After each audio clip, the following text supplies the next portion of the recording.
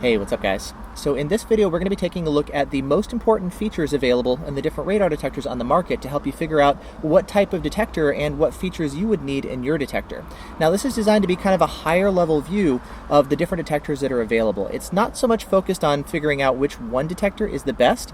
On my website, I've got a guide that goes over all the top different radar detectors on the market, and I keep it updated as new detectors come out. Old ones get discontinued, prices change, current detectors get updated, all that kind of stuff. Additionally, I do videos periodically covering, all the best detectors on the market.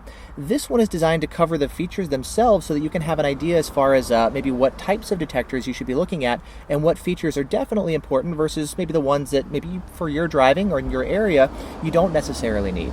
We're going to be covering things like the difference between windshield mount radar detectors versus maybe a custom installed detector that's installed somewhere in your grill area. We're going to be considering things like if you need a detector that is undetectable by radar detector detectors, and if you need a detector that has GPS functionality, which can be very useful, especially in urban areas. We're going to be looking at the importance of multi-radar detection. Some detectors offer arrows, and some detectors also have Bluetooth. And so we're going to be taking a look at a lot of these different key features to help you figure out what they do, how useful they are, and which ones you really need. Now, something to keep in mind is radar detector, it's not the complete solution. It's typically part of a countermeasure kit. You're going to have a radar detector, you're going to have a good laser jammer, and you're going to want to run something like Waze, which is an app where you can share alerts with other drivers in real time. Radar detector is going to be helpful with radar, laser jammers are going to be helpful with laser, and Waze is an additional complement that helps with both. Now, starting off with radar detectors, they come in two different styles. You've got windshield mount radar detectors, and these ones typically range in price from maybe $200 to $600 or $700 for the really good ones. You've got custom installed detectors that are going to be mounted somewhere in the grill area of your vehicle, and then you have like a controller and a speaker and a display that you install somewhere in your cabin. Now, both styles have their pros and cons. The custom installed detectors are typically a lot more expensive. You're looking at maybe $1,000 to $2,500 or so, plus the cost of installation. You could hire a professional to install it, or you can do it yourself. And so the remotes are going to be much more expensive, but they have many different benefits over windshield mounts. Windshield mounts, thanks to the lower price point, are going to be a lot more common. Plus, you have many, many more options for windshield mounts than you do for custom installed detectors. They're much easier to install. You just stick them on your windshield, you can plug them into your cigarette lighter, and done. You can maybe hardwire it for a cleaner install, but even then it's going to be much easier than a remote. Now, remote detectors have a number of benefits over your windshield mount. They're going to give you a cleaner look in the cabin because you don't have any sort of box hanging off your windshield or hanging under your rearview mirror. It's also nice not having anything visible to maybe potential thieves around or even law enforcement. And for some people, they actually, especially in luxury cars, some of the windshields actually have radar blocking material, such as maybe like a metallic windshield or a heated windshield. A lot of times those can actually block radar signals from passing through, and so you may need to actually do a custom installed detector that's installed out in the grill area somewhere. And so for some people, they would want to spend the extra to get a cleaner looking install or just out of necessity. Most people are going to go for a windshield mount detector because they're so much less expensive, easier to install, and quite frankly, you have way more options. Now, as far as the remote detectors, there's only a few really good ones, and so you can just skip right on over to my website or watch my latest video, and it covers all that kind of stuff. But let's go ahead and jump into the windshield mounts because, well, there's so many other things to consider. Now, as I mentioned, with the price of windshield mount detectors, you're looking at maybe $200 minimum up to about $600 or $700. I typically don't recommend the detectors that are sub $200 because they're going to be lacking in one of the two really critical areas, which is performance and false alert filtering. Typically, in the really cheap radar detectors, the performance is going to be pretty limited, meaning you're not going to have adequate range in especially some of the most difficult situations, but even in some of the easier ones. And so you can drive right up to the police officer and your detector may not even alert until after he's able to register your speed, which quite frankly I think is unacceptable. And so I typically don't recommend the less expensive detectors. Now, there are some affordable detectors that have pretty reasonable performance, but they're lacking in some of the important false alert filtering capabilities. And so if it's constantly falsing, you're going to wind up just ignoring the detector, and so when it does go off, you're not going to be taking the alert seriously. So we need both good performance as well as good false alert filtering, and typically in the really inexpensive ones, they're going to be lacking in one, if not both areas. And that's why typically we're going to be looking at some of the nicer detectors, $200, nothing crazy expensive or something, but yes, as you start going up in price, you get more features, better performance, and better false alert filtering. Now, when it comes to performance, typically what we're going to want is a high-performance detector with really good sensitivity, meaning it gives us plenty of range to alert us to radar being used ahead so that we could slow down and help avoid the ticket. In ideal situations, in like a flat open desert, a good detector can give you 10 miles plus of range, which may sound kind of crazy, but can be really useful if maybe you're in the open desert and there's not a lot of traffic, and so your only advanced warning may be a car a couple miles ahead of you who's getting clocked with radar, and then the officer turns off his radar gun to try and prevent radar detector users from picking him up. Your only advanced warning may be a couple miles up ahead, and so having a detector with extreme sensitivity can be very useful. Additionally, if the terrain gets more challenging, if you have a lot of curves and hills and trees, these things can actually block and absorb the radar signal and cut down on your maximum alert distance. A detector that may give you 10 miles plus in ideal conditions may be lucky to give you half a mile or a quarter mile of range when the terrain gets much more challenging, and so having a detector with really good sensitivity can literally be the difference between getting a detector or getting a ticket or not. Now, generally speaking, as you start moving up in price, you're going to be getting detectors with more sensitivity and better performance. Not always, because sometimes instead of extra performance, you're getting some additional features other than that, but generally speaking, higher end ones give you better performance, and I go over all this kind of stuff on my website and in the videos as well. It's a little tricky to say how much range you're going to get because it depends on terrain, it depends on traffic, it depends on what radar gun is being used or the settings that you choose in your detector. There's so many different variables, but the idea is when you get a really sensitive detector, it should do well across the board, whereas the cheaper ones may actually start to compromise performance and do well in the easier situations, but then start to really show their limits once you get into more tricky scenarios. Now, the next thing to consider is false alert filtering. There's many sources of radar around us other than police with their radar guns. There's speed signs on the side of the road. There are automatic door openers in front of grocery stores. There are radar-based collision avoidance systems built into many cars these days, like smart cruise control or automatic braking systems or blind spot monitoring systems. A lot of cars now have a lot of these radar-based safety systems, and they're getting more and more popular, and only the more modern detectors that are designed to be able to recognize and detect and filter these out are going to do an adequate job of actually filtering out many of these newer sources of false alerts like the blind spot falses. Older detectors are not really designed to handle a lot of these newer sources of false alerts, and so they're going to be falsing constantly. The newer ones are going to be doing a much better job at this. Something else to consider is how often a detector gets updated. Because of the fact that there's constantly new cars coming out with new blind spot sources, you'll want a detector where a company is periodically updating it to improve the blind spot filtering capability so it stays current as things change out on the road. So both for adding new features, to fix bugs, and also to improve the filtering over time. So long as you've got a detector with good performance and good filtering, these are the two most critical things that we need no matter what, and then all the other stuff we can kind of pick and choose between. Now, the next thing to consider is if you need a detectable that is undetectable by radar detector detectors. For most people, this is kind of an irrelevant feature, but for some people in certain situations, it's really important, and that can kind of determine everything else down the line, and so let's go ahead and talk about that. Now, here in the US, radar detectors are legal almost everywhere. The only exceptions to the rule are Virginia and Washington, D.C., as well as across the United States if you are in a commercial vehicle over 10,000 pounds or any vehicle over 18,000 pounds. Additionally, they're also illegal on all military bases. Otherwise, almost across the U.S., for any sort of passenger vehicle like this, they're just fine, no problem. Canada's a little bit different. They're actually banned in almost all of the provinces. The only exceptions are British Columbia, Alberta, and Saskatchewan, where radar detectors are legal. Otherwise, they are illegal. For that reason, some people like a detector that is undetectable by radar detector detectors. In places where radar detectors are illegal, police officers may use radar detector detectors to pick those up.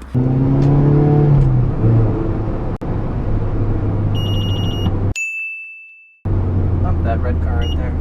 And, it may be useful to have a detector that is undetectable. Now, it does require a detector that's specifically designed to be stealth and undetectable to radar detector detectors. And I've got some information on my website about that. I'll put the link in the video description about the best stealth detectors and the different degrees of detectability. Some detectors are more detectable than others, and so if that's a feature that's important to you, take a look at the link down there and it'll go over more information for you. Additionally, if that's important, you may also want to consider a custom install detector so that there's nothing visually visible on your windshield and it's just a hidden install, so even if they can't detect it, they also are not going to be able to see it as well. Now, the next feature to consider is GPS. GPS is extremely useful in a radar detector if you're driving in any sort of urban areas. This is so useful that honestly, I don't run a radar detector without it anymore. I mean, it's just that important. It's not going to be as important if you're driving primarily in rural areas, but any sort of urban areas, meaning around the city or even in the highway through populated areas, it's going to be very helpful. Now, what GPS is going to do for you, the primary thing, and the first thing I want to talk about is a feature called GPS lockouts. There are, as I said, many different sources of false alerts around us that emit radar other than police with their radar guns, and the radar signals that these sources emit are a lot like a radar gun. And so a detector, one of the ways that it can actually learn these false alerts and filter them out is by a feature called GPS lockouts. Now, the way this works is when you come across a stationary false alert, meaning an automatic door opener in front of a shopping center or a grocery store, or a speed sign that you pass on the side of the road. These are stationary false alerts that are going to be there every time you pass, and so the detector can actually learn this signal with this frequency in this location, and when you pass by it again, the detector will mute itself and stay quiet so that it doesn't false every time you drive past the same drugstore. This is really, really helpful around town. If you see a new signal, it's a different frequency or a different location, that it will alert you to, but the known false alert, it's going to go ahead and ignore. For most detectors, you actually have to press a button to teach it this is a false alert. Some detectors actually have the ability to automatically learn false alerts for you as you drive around, which I think is the preferred solution. That way you don't maybe inadvertently lock out a car with the blind spot false or a police officer up the road shooting radar and you didn't realize they were there. It's nice to have a detector that's able to do that for you. Escort detectors can do that, Stinger, but typically that's going to be restricted due to patents and licensing reasons, and for that reason, most detectors that have that feature, it's going to be a manual GPS lockout. So you just press the button when you come across a stationary false and the detector will learn and filter that out for you. I have a video that teaches you when to use GPS lockouts and when not to, so if you're looking for that feature, especially if you're going to be using manual lockouts, definitely take a look at that video. Now, as I mentioned, lockouts are also helpful on the highway. They're typically helpful for around town, but they're also useful in the highway where if you're driving past the same stretch of highway and there's maybe a shopping center off to the side, the automatic door openers there can trigger your radar detector as you pass by. And so being able to lock out those false alerts can be helpful if you're constantly driving past the same sources of false alerts, even on the highway.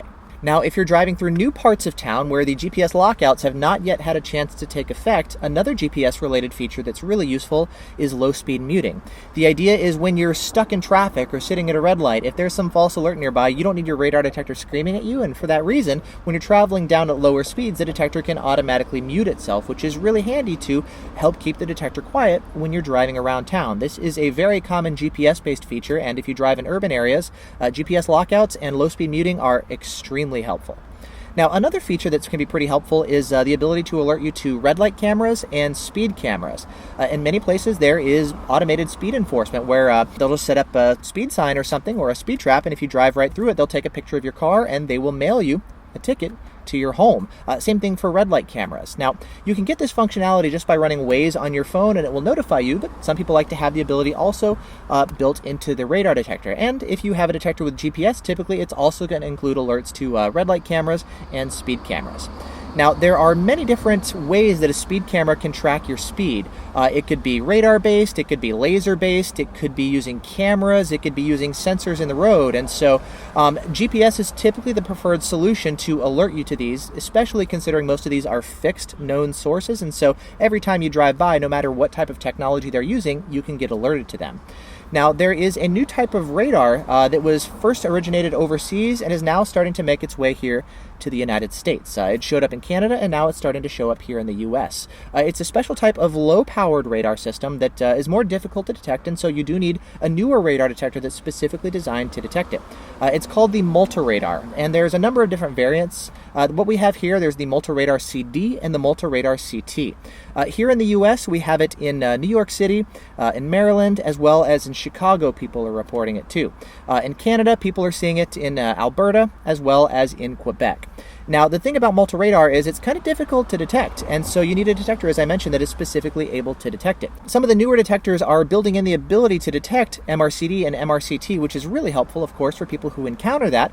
And even if you don't, it's nice to have the future-proofing available so that if it ever does show up in your area, you can just turn the feature on in your detector and you're good to go.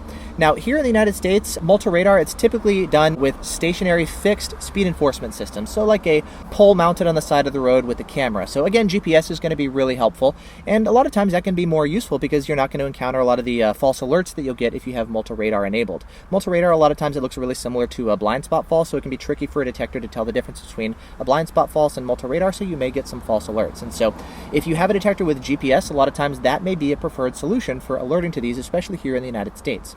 Now, in Canada, they do it a little bit differently. They actually have these multi-radar threats set up on vehicles, on trucks, and so they can drive them around town, and so you're not going to be able to use just GPS for this. You may be able to use Waze or something if somebody else has reported it, but a lot of times they try to hide it or something, and so having a detector that can detect MRCD is the way to go. And so if you are in Edmonton, Alberta, for example, that's really heavily used up there, that's definitely one place that comes to mind where you want to make sure you have a detector that does a good job at detecting the MRCD. Next, we'll consider arrows. Now, some detectors actually have arrows built in to help you locate the source of the threat. They have not just one antenna, but a second antenna that faces out the back, and the detector compares the signal strength front and rear to tell where the signal strength is stronger and where the officer is to help you locate the threat. Now, there's always a lot of debate as far as whether or not arrows are necessary. You have the crowd of people who say that arrows are not important. If I am getting alerted to radar, okay, if my detector beeps, I slow down, cool, I'm fine. You have the camp that says, I love arrows. It makes it so helpful to locate what's going on around me, and it provides a lot of useful information that I can't just get if my detector beeps, and I can't get just by listening to how fast the signal is beeping, the ramp up, and then how it slows down over time.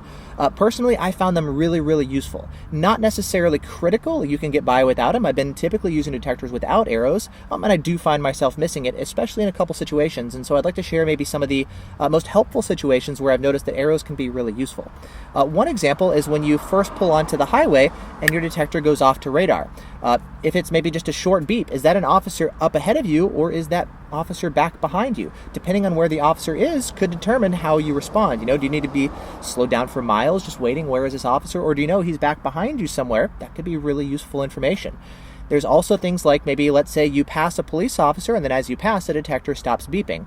Then maybe 10 seconds later or something, you just get another quick beep. Was that the same signal that it just picked up from back behind? Maybe the officer switched to his rear antenna. It's now hitting you from behind. Is that the same signal? What if the detector just lights up its front antenna to let you know that, yes, it was just beeping to that officer, but hey, there's another one up ahead? Getting that additional information can be really useful, and it's not just if my detector beeps, I'll slow down. To have a better situational understanding, situational awareness is what we call it, as far as what's going on around you, can be really, really useful. So I wouldn't say it's critical and absolutely necessary, but it really does add a lot. There's a couple detectors that have arrow functionality, not a whole ton. The ones that have arrows typically don't have the longest range in the market, so sometimes you'll get into a decision on, like, do you need a detector with longer range, or are you willing to maybe sacrifice a little bit of range to get the arrows? And that may be part of your decision-making process, depending on, do you have trickier terrain, and the most important thing is detecting radar. Is that the toughest thing? Or are there maybe a lot of sources around you? You're driving around town, and you need to do a better job of figuring out where the officer is if there's a ton of traffic around you, So depending on where you're driving and what your needs are may actually play a factor into whether or not you choose a detector with arrows or not. If you're considering a remote mount detector, most detectors actually have the ability to wire in a second antenna that plugs into the back of the vehicle, and then that way you're going to get the additional arrow functionality, which again can be very, very helpful. Now, finally, the last feature I'd like to talk about is Bluetooth functionality. Bluetooth basically allows the detector to pair to your cell phone, which adds a bunch of really cool functionality. For example, you can maybe run an app on your phone and then configure your detector so it can make it easier to change settings without going into all the different menu options in the detector. Additionally, if you want to run the detector with the display off, so it's maybe not visible to anybody else, such as drivers behind you, you can have your phone be an alternate display. When you do pick up radar, you can have your phone then output audio itself or play it through your car stereo, or if maybe you're riding a motorcycle, you can have it piped into your Bluetooth headset. Very helpful. Something that I like to do is if I'm maybe sitting in the passenger seat or in the back seat, I've done this before on trips, if somebody's running a radar detector or I pop mine on the windshield, if the detector starts falsing, I can just sit in the back of the car and boop, mute the detector from my phone, that can be pretty helpful if I'm not the one driving and able to control the detector. So cool stuff like that can be useful in practice. Another feature that can be handy are cloud alerts, meaning the detector, when it detects radar or laser, can automatically report that out to the cloud, and then you can get alerted to other people's alerts too. So that adds an additional layer of protection for you. Escort Live can do this with Escort detectors. The V1 can actually, with JBV1, take alerts from Waze and display them right into the V1 app on your phone, which is pretty cool too. But yeah, Escort Live has the ability to automatically post alerts for you to and from the cloud, as opposed to you manually having to do it with your phone. So kind of a cool convenience factor, but really anybody can do it through Waze, so not a huge deal, but it is a convenient feature. And so, yeah, these are going to be some of the most important features to consider. You know, performance, range, stealthiness, MRCD, GPS, arrows, Bluetooth, all that kind of stuff. There's a lot of cool features that are available, and there's no one detector that's ideal for everybody. I wish there was one detector that was like universally the best, but we all have different price points, we have different needs, and we drive in different areas. And so, you know, what's going to be best for one person may not be what's best for another. But when you're taking a look as far as the best radar detectors on the market, these are going to be the main differences that you'll find between the different detectors. And this video should give you an idea as far as which features you need to take a look at and maybe which ones you don't necessarily need. And so for more information, again, I'll have links in the video description now that you have a better idea as far as the differences between all these different detectors and things that you should be looking for.